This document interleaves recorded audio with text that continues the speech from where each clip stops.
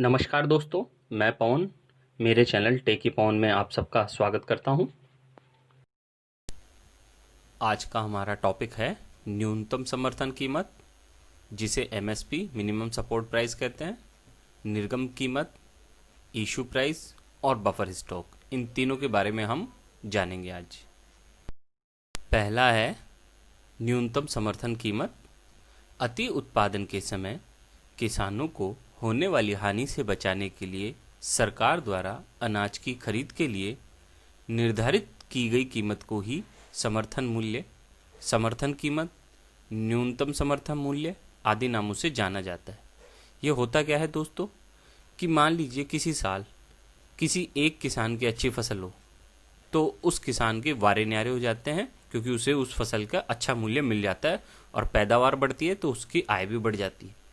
लेकिन अगर मान लीजिए कोई साल ऐसा हो कि पूरे देश भर में ही वो फसल अच्छी हो जाए, सारे किसानों की वो फसल अच्छी हो जाए, तो फिर क्या होगा? क्या उसे अच्छा मूल्य मिलेगा? नहीं होगा। क्या उत्पादन बढ़ जाएगा पूरे देश में उस फसल का, तो कीमतें क्या हो जाएंगी? घट जाएंगी। और कीमतें घट जाएंगी तो हो सकता है इतनी घट जाए कीमतें कि किसान को अपनी उपज का लागत मूल्य भी ना मिले। ऐसे समय में आप देखते होंगे कई बार टीवी पर कि आपको फोटो नजर आती है, वीडियो नजर आते हैं कि किसान लोग अपने टमाटर फेंक रहे हैं, अपनी फसल फेंक रहे हैं। वो क्यों फेंक रहे हैं? क्योंकि उनको अपना लागत मूल्य भी नहीं मिल पाता है। जितना उन्होंने पैदावार में अपना खर्चा किया है वो भी नहीं निकाल पाते। क्यों? क्योंकि उसकी कीमत ही इतनी नहीं है।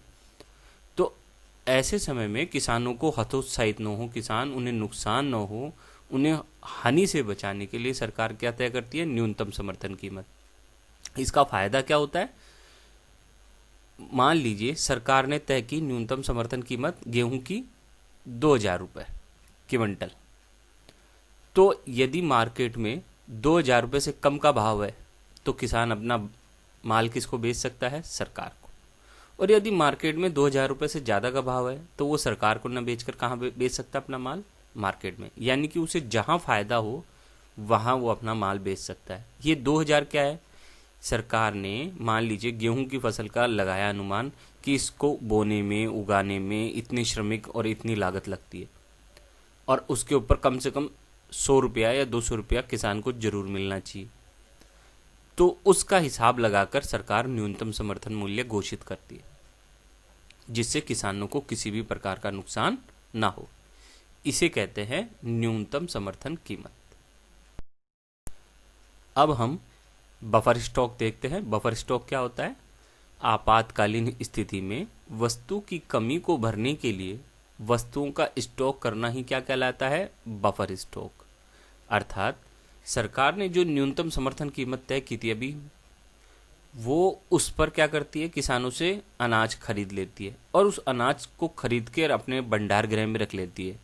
उस भंडार गृह को ही क्या कहते हैं? Buffer stock. सिंपल सी भाषा में न्यूनतम समर्थन कीमत पर जो सामान खरीद कर रख लेती है सरकार, उसके स्टॉक को ही क्या कहेंगे? Buffer stock.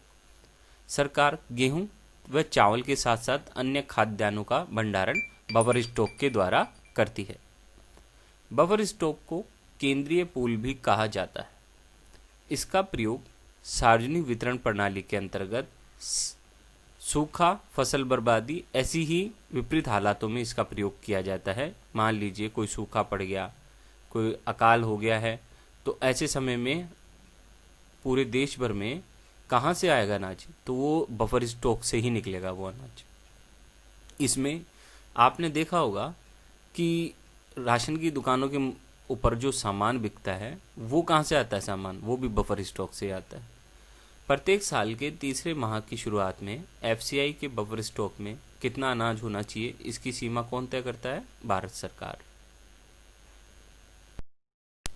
अब आता है हमारा निर्गम कीमत, जिसे इशू प्राइस कहते हैं।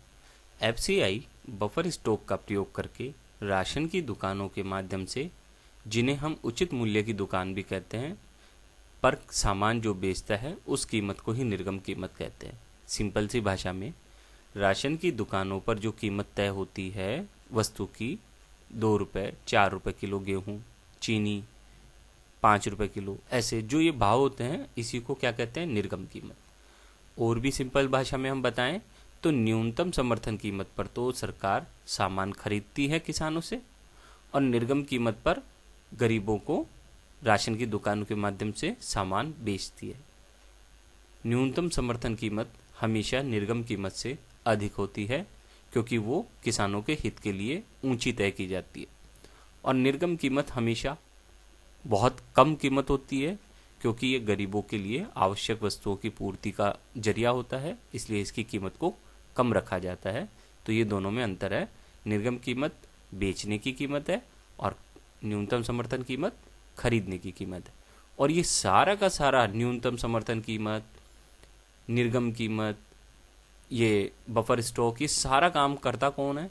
सरकार करती है। लेकिन सरकार की कौन सी संस्था है जो ये काम करती है? FCI, food corporation of India. Food corporation of India ही ये सारा कार्य करता है। यहाँ आप तालिका में देख सकते हैं विभिन्न फसलों के न्यूनतम समर्थन मूल्य घोषित किए हुए हैं।